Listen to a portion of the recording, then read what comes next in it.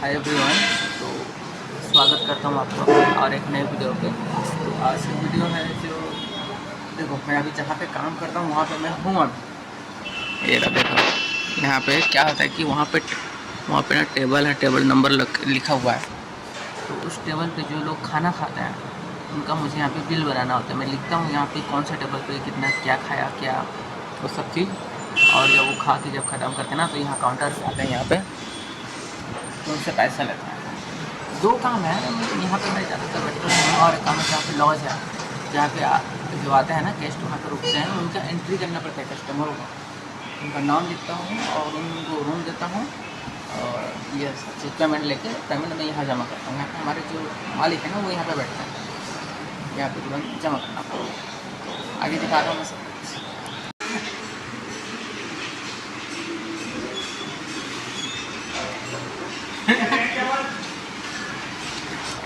ये जो है ना, ये बोल नहीं पाता है और सुन भी नहीं पाता, लेकिन टैलेंट बहुत है इसके पास, बहुत ज़बरदस्त काम करता है वो। वहाँ पे जो भट्टी बन रही है ना, वहाँ पे वो आग लगी हुई है, वहाँ पे ये खाना बनाता है और भी बहुत सारा काम।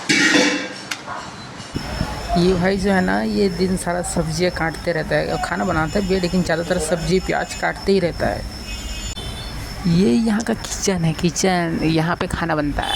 कर्म जो है ना दोस्त, वो लौट कर आता ही आता है। अभी मैंने सुमंदर शर्मा जी का वीडियो देखा, जो पंजाबी सिंगर हैं। उन्होंने कहा कि आप जैसे हो ना, आपको वैसे ही मिलेगी या मिलेगा। तो देखो, जो अभी जो है, मैं जो जून है 2025 का जून में मैं बहुत अच्छा लाइफ जी रहा था, काम कर रहा था, कुछ सेविंग थी मेरे पास और सब चीज़ अच्छा था। मैं अच्छा था, मेरे घर वाले अच्छे थे, और उसी टाइम मेरी बहन की शादी करके भी दी हम लोगों ने, तो सब चीज़ अच्छा था। उसके बाद मेरे मन में ना कुछ लालच आ गया। मैं कुछ काम करता था, उसमें अच्छा खासा पैसा मिलते थे, फिर उसको बढ़ाने के चक्कर में ना मैं लालच में आ गया और कुछ लोगों से पैसा लिया। पहले तो मैं सच बोल के पैसा लिया और उनको कमा कर भी दिया। फिर जब लालच बढ़ गया है ना, तो कहीं ना कहीं मैं तो पैसा लिया सच बोल कर, पर जब नुकसान होने लगा ना, तो मैं झूठ के सहारा लेने लगा। और यूँ मान के चलो कि लोगों को मैंने झूठ बोला, हालांकि अपने मन, अब मैं दिल से झूठ नहीं बोला उनको। पहले तो मैं उनको काम करके देना चाहता था, पर आज दूंगा, आज नहीं हो पाया तो कल दूंगा। ऐसे करते करते मैं खुद झूठ के सहारा लेने लग गया धीरे धीरे। पहले सच बोला, फिर झूठ का सहारा लेना पड़ा, और मैं झूठ बोला। ऐसा है कि लोगों को मैंने ठगा, उनके साथ विश्वासघात किया। वो जो मुझ पर विश्वास करते थे, वो विश्वास मैंने तोड़ा, और उसका जो सज़ा है अभी जो मुझे मिल रहा है, मैं बताऊंगा ना, विश्वास नहीं करोगे। इतना अच्छा लाइफ था मेरा और आज इतना अच्छा खराब हो गया है ना। तो कर्म जो जैसे करेंगे हम वैसे भरेंगे। मैं भगवान को ये नहीं कहूँगा कि भगवान सब चीज़ सही कर दो, पर ये कहूँगा कि उनसे जो गलत किया हूँ, उनके लिए माफ़ कर दो मुझे भगवान। और ज़िंदगी जो है आगे जीने का एक मौका मुझे दो। मैं अपनी ज़िंदगी को आगे जीना चाहता हूँ। मेरी वजह से मेरे घर वालों का लाइफ इतना ख़राब हो गया है ना कि क्या ही बोलूँ मैं घर जाऊँगा तो दिखाऊँगा, लेकिन जब तक मेरे ऊपर जो परेशानी है वो कम नहीं होगा, तब तक मैं घर नहीं जा सकता अभी। क्योंकि और एक चीज़ है कि जब मेरे साथ गलत हुआ या मैं लोगों के साथ गलत किया, तो मेरे ऊपर इल्ज़ाम लगने लग गए। अभी जो चीज़ मैं किया नहीं हूँ, उस चीज़ का क्रेडिट मुझ पर जा रहा है। ऐसा है, जो काम मैं किया नहीं हूँ, अब लोग ये समझ रहे हैं कि ये कमल ही होगा, वही किया है, लेकिन प्रूफ नहीं होगा उनके पास, क्योंकि मैं ऐसा किया नहीं हूँ। लेकिन उनको जवाब मैं अभी तक दिया भी नहीं हूँ, क्योंकि जब मैं घर जाऊँगा तो उनको जवाब दूँगा। लेकिन अगर किसी के साथ गलत करते हैं हम, तो हमारे साथ गलत होगा, आज नहीं तो कल होगा, पर होगा। सही से ईमानदारी से काम करने से। एक मेरे बॉस हैं, जो जहाँ पे मैं काम करता था, अब उनका नाम लूँगा तो शायद उनको बुरा लगे, तो वो मुझे हमेशा समझाते थे कि वो मेरे मालिक थे जहाँ पे मैं काम करता था, पर उन्होंने हमेशा मुझे एक स्टाफ, एक नौकर की तरह बात नहीं की, और पूरा एक घर के फैमिली के हिसाब से मुझे हर एक चीज़ समझाया। कि ये सब चीज़ छोड़ दे, ये सब चीज़ छोड़ दे। मेरी माटी मारी गई थी जो मैं उनका बात नहीं माना कुछ हद तक माना, पर वही लालच। तो उनका बात मान लेना चाहिए था मुझे। उन्होंने मुझे बहुत मेंटली ठीक किया था। उस अभी जितना हूँ मैं ख़राब, इससे ज़्यादा मैं ख़राब था, पर ऐसा लगता है कि उससे भी पहले जैसे भी ज़्यादा ख़राब तो अब हूँ। तो उन्होंने मुझे फाइनेंशियल मदद नहीं की, लेकिन जो मेंटली है ना वो मेरे संभाल के रख दिए थे कि ये करना था या वो करना था। बहुत समझाए, पर उनकी बात में नहीं समझ पाया। तो उन्होंने कहा भी था कि अगर इस बार मेरा बात नहीं मानेगा तो मैं तेरे से बात नहीं करूँगा। और लगभग 2 महीने हो गए, 2 महीने 1.5 महीने हो गए वो मुझसे बात नहीं किए हैं। और मैं भी उनको कॉल नहीं किया हूँ, क्योंकि वो मौका दिए थे, मैं मौका खो चुका हूँ, तो उनसे बात नहीं किया मैं। ऐसा थे। तो अपने भगवान से मैं यही कहना चाहता हूँ कि क्या ही कहूँ भगवान से, मेरी बात थोड़ी सुनेंगे, पर मौका दे दें तो अच्छा रहेगा कि ज़िंदगी को आगे मैं सुधारूँ।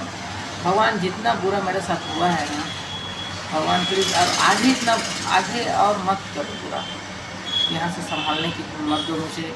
मैं लोगों के साथ कभी गलत ना करूँ, किसी को धोखा ना दूँ, किसी भी लाइन में हो।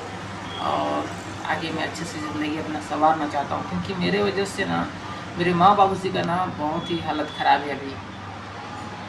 मेरे पापा बहुत अच्छे इंसान हैं, जो अभी तक मुझे कुछ बोले नहीं हैं। इतना होने के बावजूद देख लो, इतना होने के बावजूद भी मेरे बाबूजी मुझे एक शब्द अभी तक ये नहीं बोले हैं कि ऐसा क्यों किया, ऐसा क्यों किया। बस चुप है।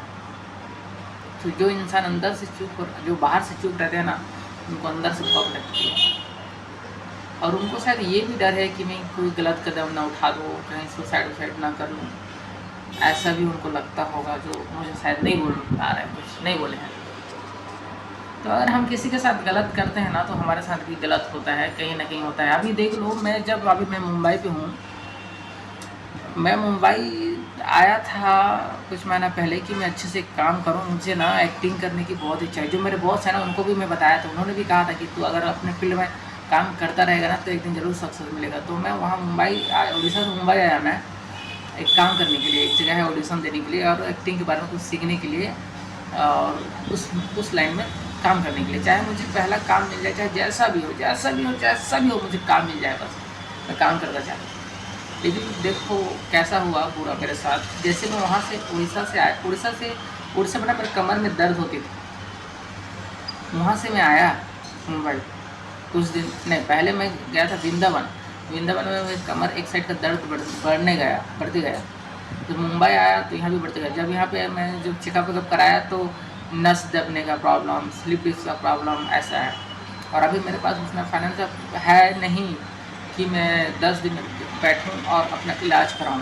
तो फिर भी मैं टेबलेट खा के ना अपना काम कर रहा हूं। और डांस वांस तो दूर की बात है, ठीक से चल भी नहीं पा रहा हूँ। क्या काम करूँ, ऐसा सिचुएशन है। ठीक से चल नहीं पा रहा हूँ तो मैं काम ही क्या करूँगा और कहाँ पे जाऊँ। मैं एक जगह गया था काम करने के लिए, मतलब ऑडिशन देने के लिए। तो जो मैं खड़ा हुआ उसके सामने में, तो जो कमर का दर्द है ना, उसकी वजह से मैं थोड़ा साइड से ऐसा होने लगा, मतलब सीधा नहीं खड़ा हो पाया। तो उन्होंने पहले ही मुझे रिजेक्ट कर दिया कि अपने तबीयत को पहले ठीक कर लो, फिर आना।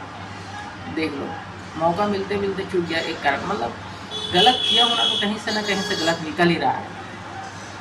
कर्म से बचना चाहिए। जैसा कर्म करेंगे हम लोग वैसे हमको मिलेगा। एक कहावत बिल्कुल सही है।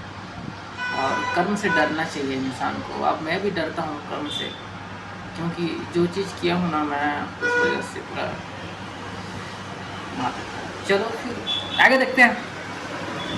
मैं होटल वहाँ नीचे में था काउंटर पे, पर अभी टाइम मिला इसलिए ऊपर आ गया। मैं रूम पे हूँ। मेरा ये स्टाफ रूम नहीं है यार, होटल का स्टाफ रूम नहीं है ये। तो आया, मैं सोचूं कि आप लोगों के साथ ये बात को शेयर करूं, इसलिए मैं ऊपर आया। चलिए दिखाता हूँ मैं आगे।